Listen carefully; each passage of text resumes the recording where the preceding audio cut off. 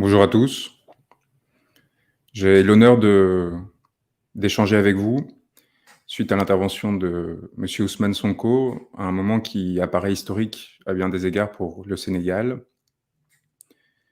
Monsieur Sonko, en homme d'État qu'il est et qu'il deviendra lorsqu'il est lorsqu'il sera élu président de l'État du Sénégal, a lancé un message clair.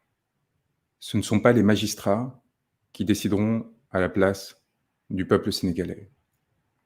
À 9 mois d'une élection particulièrement critique pour le devenir de l'ensemble de la population sénégalaise, de Saint-Louis à la Casamance, M. Sonko refuse de devenir le prisonnier de lutte de pouvoir et d'instrumentalisation de magistrats, de hauts fonctionnaires, qui cherchent à faire perpétuer un pouvoir contre toute évidence et contre la volonté du peuple sénégalais. En tant qu'avocat, dans le cadre d'un collectif particulièrement important qui a vu les plus grandes éminences du barreau du Sénégal se mobiliser, non pas tant pour un homme politique, mais pour le devenir d'une démocratie et d'un État de droit, j'ai l'immense honneur d'accompagner M. Sonko, malgré les mesures qui ont été prises de façon honteuse et indécente par le régime pour nous empêcher d'assurer sa défense, que ce soit en expulsant ses avocats de la salle d'audience ou, comme cela a été mon cas, en me cueillant à la sortie d'un avion avec des hommes en armes particulièrement agressifs pour m'empêcher de défendre les droits d'un homme qui était persécuté par un appareil de pouvoir aux ordres de celui que je n'avais pas encore qualifié de tyran, mais qui commence de plus en plus à le ressembler. Monsieur Sonko a un peu moins de 10 mois d'échéance critique pour le Sénégal, qui vont déterminer l'attribution de ressources, notamment gazières et pétrolières, fondamentales pour le devenir de sa jeunesse et de son pays, refuse d'être le prisonnier des stratagèmes du pouvoir en place, refuse d'être instrumentalisé, refuse que son destin devienne l'enjeu plutôt que celui du peuple sénégalais. Et nous avons pour mission de l'accompagner, comme il nous l'a rappelé, car à travers lui, c'est les aspirations de tout un peuple qui doivent être soit respectées, soit battues par des hommes qui, dans l'avidité, dans la découverte de ces nouvelles richesses, n'ont qu'une ambition, les accaparer et non pas les partager pour investir dans le destin de leur pays. C'est là les velléités, que ce soit d'un troisième mandat ou de candidatures de substitution et des tentatives de division qui sont en train d'être mises en place par le pouvoir actuel afin de déstabiliser le front qu'avait réussi à constituer M. Sonko. Le droit n'est qu'un instrument du politique. Voilà ce qu'il vient de nous rappeler collectivement. Et le droit ne peut pas s'interposer dans la volonté politique d'un peuple souverain. Il y a des enjeux qui dépassent largement sa situation personnelle. Il a rappelé l'oppression à laquelle il était confronté. Et nous voyons parfaitement la stratégie de désagrégation, d'atteinte à ses intérêts et à travers lui, aux millions de personnes qu'il représente, qui est mise en place. Un objectif très simple que M. Sonko ne va pas se voir opposer. Il nous a chargés, à nous tous déjà, de commencer à l'accompagner pour l'après. Le régime a plusieurs options. La violence, l'oppression, on le voit déjà avec les interdictions qui ont été dictées à Dakar à partir de demain relatives à la circulation aux essences, comme si d'avance la décision le concernant était prise, comme si d'avance M. Sonko était condamné.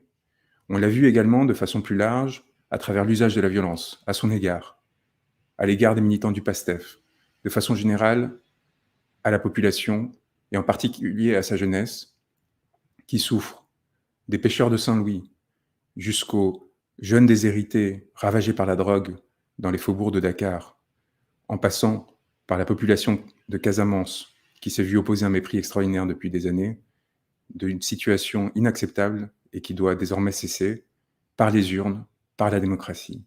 Si jamais une opposition et un empêchement étaient imposés à M. Sonko, eh bien, la politique reprendrait tous ses droits. Voilà le message qu'il s'agissait de transmettre. À nous, avocats, d'accompagner M. Sonko et tous ceux qui sont derrière lui afin d'éviter cette situation, au pouvoir de se montrer responsable, de comprendre que son heure peut être à tourner et qu'il s'agit de remettre son mandat entre les mains du peuple pour que celui puisse décider librement. Nous en sommes au début d'une aventure extraordinaire, à quelques mois d'une échéance particulièrement importante qui ne s'arrêtera pas avec l'élection. Dès à présent, évidemment, tous les efforts doivent être mis en œuvre, non seulement pour protéger M. Sonko, mais plus largement pour se préparer à l'après. Nous sommes très fiers, comme il l'a rappelé, de ses contacts avec un certain nombre de dirigeants étrangers de la sous-région, et nous travaillons évidemment à l'accompagner et à le préparer et à l'aider à ce que les ressources du peuple sénégalais reviennent entre ses mains, que ce soit les concessions gazières et pétrolières, que ce soit la situation inéquitable de répartition des ressources, que ce soit la corruption extraordinaire qui a touché une grande partie des membres du régime actuel. Il y a des chantiers immenses qui sont nécessairement préparés dès maintenant. Les échéances atroces que l'on tente de lui imposer, volontairement humiliantes et dégradantes, sont une atteinte à la dignité, non pas de M. Sonko, mais de ceux qui cherchent à l'entraver. C'est avec honte que leur participation à ces manœuvres devrait être accompagnée. Et c'est à vous de faire ressentir cette honte puissante à l'égard de ces magistrats, de ces fonctionnaires qui participeront à cette comédie et qui chercheront à entraver votre destin. Nous sommes fiers, à notre place, avec humilité, d'avoir la confiance de M. Sonko, pour une raison très simple. En Europe, en France, j'ai eu le privilège de défendre des peuples opprimés, qui n'ont jamais bénéficié des arrangements de la France-Afrique et de la corruption que nous avons combattus et que nous ne cessons de combattre et de dénoncer. Le peuple sénégalais inspire les autres peuples, et en particulier le peuple français. Le peuple sénégalais sert d'exemple et de modèle. Sa capacité à résister face à toute forme de violence et à se mettre en danger pour s'assurer que ses dirigeants politiques puissent les représenter, puissent porter les intérêts et ne cèdent à aucun moment aux tentatives d'intimidation, d'instrumentalisation de la justice, de questions aussi essentielles que la lutte contre les violences faites aux femmes, que la lutte contre les violences sexuelles, que la lutte contre la réputation, contre les atteintes à la réputation, à l'honneur et a fortiori la corruption, ne deviennent des instruments politiques pour empêcher au peuple de recouvrer sa souveraineté. Nous le faisons en France, avec d'immenses difficultés, mais avec une expérience que M. Sonko a considérée comme importante, de voir partager aux côtés de confrères qui, de la Martinique aux Comores, en passant par l'ensemble des pays de la sous-région, travaillent aux fins de le protéger, aux fins de mobiliser l'opinion internationale et surtout aux fins de préparer l'après et de s'assurer que s'il arrivait au pouvoir, si le peuple sénégalais le désirait, très rapidement, il n'y aurait pas d'isolement, mais au contraire un soutien très important de la part des partenaires internationaux.